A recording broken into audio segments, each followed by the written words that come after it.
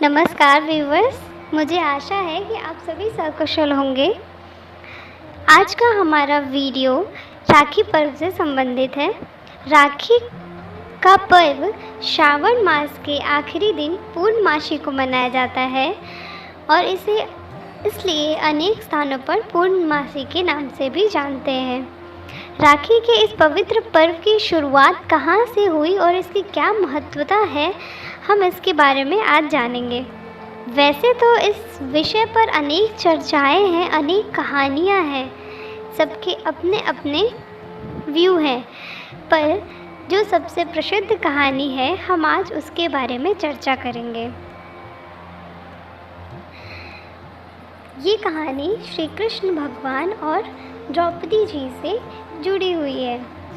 ऐसा माना जाता है कि भगवान श्री कृष्ण की एक चाची थी जिन्होंने एक बालक को जन्म दिया और उस बालक का नाम शिशुपाल रखा। शिशुपाल नाम का यह बालक एक विकृति के साथ पैदा हुआ था और इसे यह अभिशाप मिला था कि यह जिसके हाथों से ठीक होगा उसी के हाथों से इसकी मृत्यु होगी। तो एक बार श्री कृष्ण भगवान जी अपनी चाची के पास गए उनसे मिलने और उन्होंने उस बालक को अपने हाथ में उठा लिया और श्री कृष्ण भगवान के स्पर्श से वह बालक की जो भी विकृतियाँ थीं वो सारी दूर हो गई।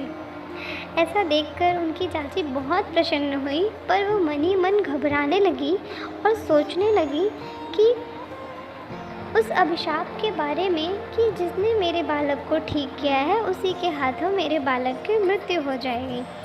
यह सोचकर उन्होंने श्री कृष्ण भगवान जी से एक विनती की कि हे कन्हैया, मेरा बालक कोई भी गलती करे तुम उसकी कोई सज़ा मत देना, उसे अपना छोटा भाई समझकर माफ़ कर देना।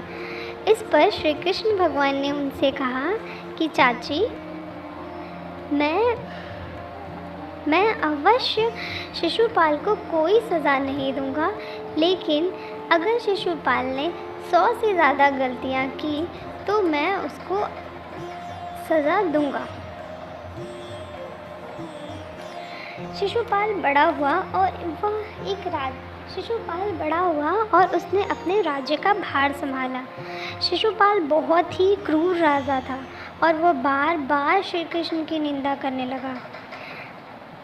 श्री कृष्ण भगवान ने उसकी 100 गलतियों तक उसे कुछ नहीं बोला।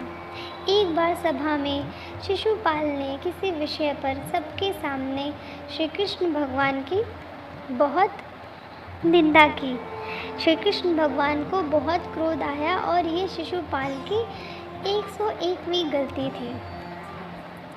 श्री कृष्ण भगवान ने अपने सुदर्शन को अपने क्रोध में चलाया और शिशुपाल का सिर धड़ अलग हो गया। शिशुपाल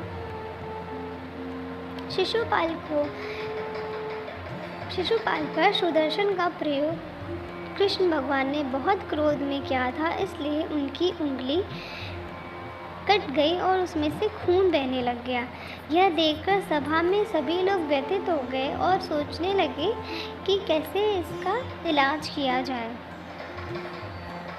तो वहाँ पर पांडवों की पत्नी द्रौपदी उपस्थित थी। उन्होंने बिना कुछ सोचे समझे अपने साड़ी का एक कोना फाड़ा और श्री कृष्ण भगवान की उंगली पर बांध दिया। यह देखकर श्री कृष्ण भगवान बहुत ही प्रसन्न और भावुक हो गए और उन्होंने द्रौपदी को यह वरदान दिया कि तुमने मेरे दुख में मेरा साथ दिया है, तो हे बहन, मैं भी तुम्हारे दुख में तुम्हारा साथ दूंगा। तो ये एक छोटी सी कहानी थी रक्षाबंधन की, और ये रक्षाबंधन का पर्व तब से ही श्रावण मास के आखिरी दिन मनाया जाने लग गया। लेकिन इस कहानी से क्या आपको यह लगता है कि जो मान्यता है रक्षाबंधन को लेके कि जब बहन भाई की कलाई पर राखी बांधेगी तो भाई उसकी हमेशा रक्षा करेगा, यह एक मिथ्या है? क्योंकि सर्वप्रथम एक बहन ने भाई की चोट का इलाज किया था, जिससे इस पर्व की शुरुआत हुई।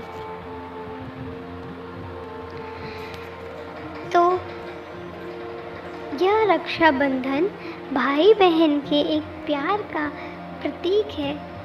यह एक ऐसा पर्व है जिससे भाई बहन को यह समझना चाहिए कि वो एक दूसरे के सुख दुख में हमेशा सहभागी होंगे। तो आपको कैसा लगा ये वीडियो मुझे कमेंट करके बताइए और इसे लाइक शेयर एंड सब्सक्राइब कर दीजिए। इस वीडियो को देखने के लिए धन्यवाद।